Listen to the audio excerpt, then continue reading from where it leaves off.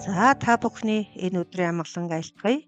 Хан уул дүүргийн насан туршийн суралцгын төвийн Монгол оршихуй үндэсний бичгийн хичээлд таныг урьж байна.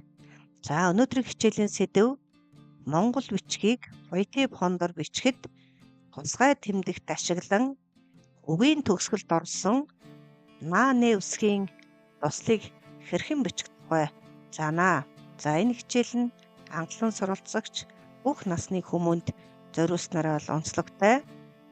За үгийн төгсгөлд орсон нааны үсгийн нэг туслыг бичихтэй shift за MVS гэсэн ийм тусгай давчны хамт дарна. За өөрөөр хэлбэл энэ тусгай давчин Кирилл үсгийн E үсэг бичлэг давч байгаа. За ингээд хамт дараад энэ үсгийн цэгийг гаргана. За бүгдээр одоо хэлсэн үг бичиж үзье. За бичин гэдэг үг бичье.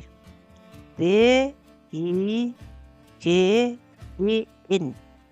За орхиод зэгээ бичгтээ мөн энэ одоо Кирилл үсгийн явждаг тусгай тэмдэгтийн товчийг дараад орхиод зэгээ гаргана.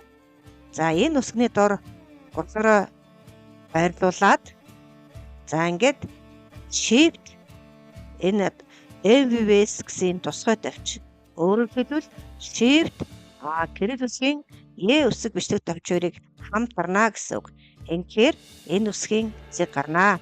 За бүгдээрээ нэмэн харна олон гихт мөгийг ингээд бичиж үзье. За бүгдээр ингээд бичиг харлаа. За та бүхэн дараах өгүүлбэрийг өөрсдөө монгол бичгээр бичиж үзээрэй.